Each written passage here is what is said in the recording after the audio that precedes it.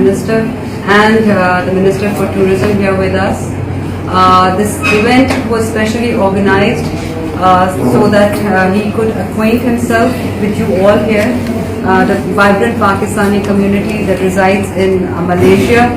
So on behalf of the High Commission and on my own behalf and on behalf of the Pakistani community in Malaysia, sir, we welcome you and thank you very much for honoring us today. Urdu या English sir ये तो आप इनसे पूछें. I think Urdu would be fine. Ambassador साहब आपका बहुत बहुत शुक्रिया मुझे यहाँ बुलाने का. आप सबका बहुत बहुत शुक्रिया आने का. मैं माजरत चाहता हूँ मुझे इतनी देर लगी मलेशिया आने में. मलेशिया में जितनी हमारी कम्युनिटी है कितनी वाइब्रेंट कम्युनिटी है, तो ख़ास तौर पे वो जनरेशन जो शायद थोड़ा बहुत डिस्कनेक्ट पाकिस्तान के साथ उन्हें फील किया और लेकिन हमारे प्राइम मिनिस्टर की वजह से इस हुकूमत के साथ उनकी बड़ी कनेक्शन बिल्ड हुई है. तो मैं माजरत चाहता हूँ कि मुझे देर हुई आने में, लेकिन देर आए दुरुस्त है.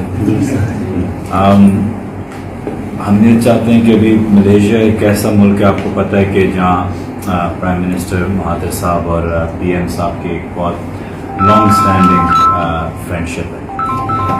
तो मलेशिया के साथ सिर्फ ट्रेड के हवाले से नहीं और चीज़ों के हवाले से नहीं कि लिटरली एक सिनर्जी एक बॉन्ड है.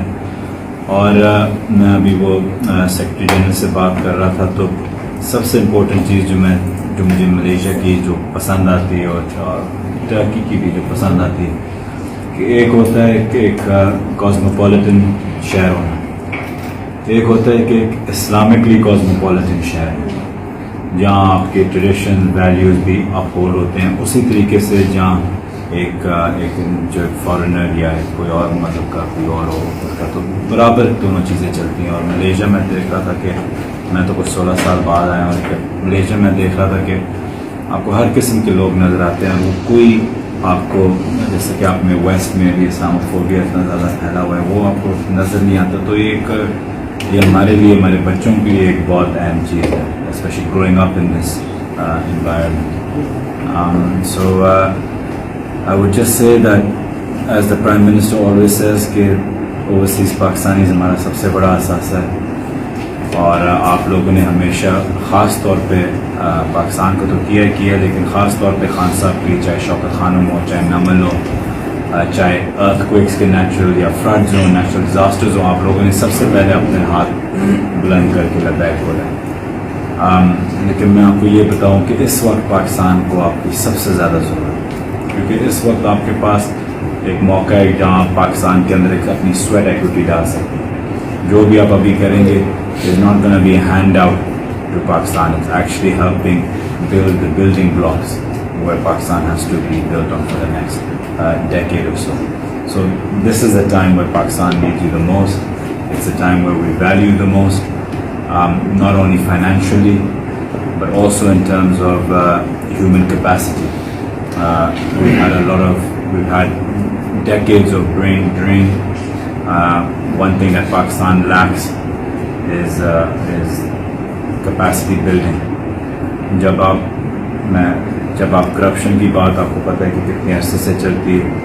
करप्शन सिर्फ फिस्कल नहीं, ये नहीं होता कि पिछले 10 सालों में दो जो पार्टीज़ ने जो भी गवर्नमेंट आई है पिछले 10 सालों में, ये नहीं कि उन्हें खाली फिस्कल करप्शन की.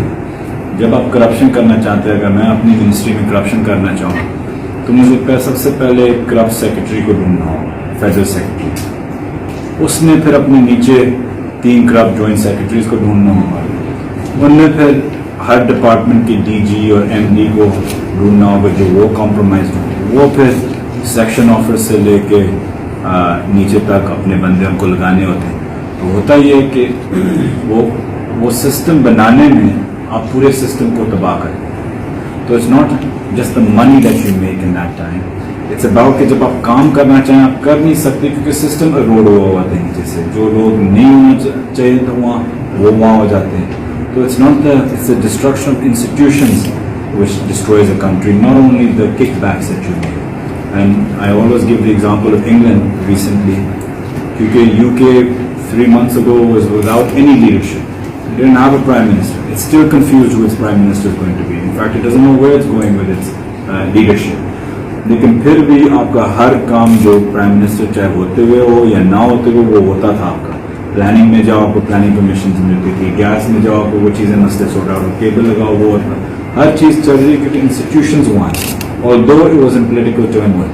हमारे यहाँ ये होता है कि जो ही थोड़ी सी इंस्टेबिलिटी या पॉलिटिकल टर्मोइल आया सारे डिपार्टमेंट्स ठप हो गए, बंद हो गए, सब चीज़ स्टैंड स्टिल पे आती है।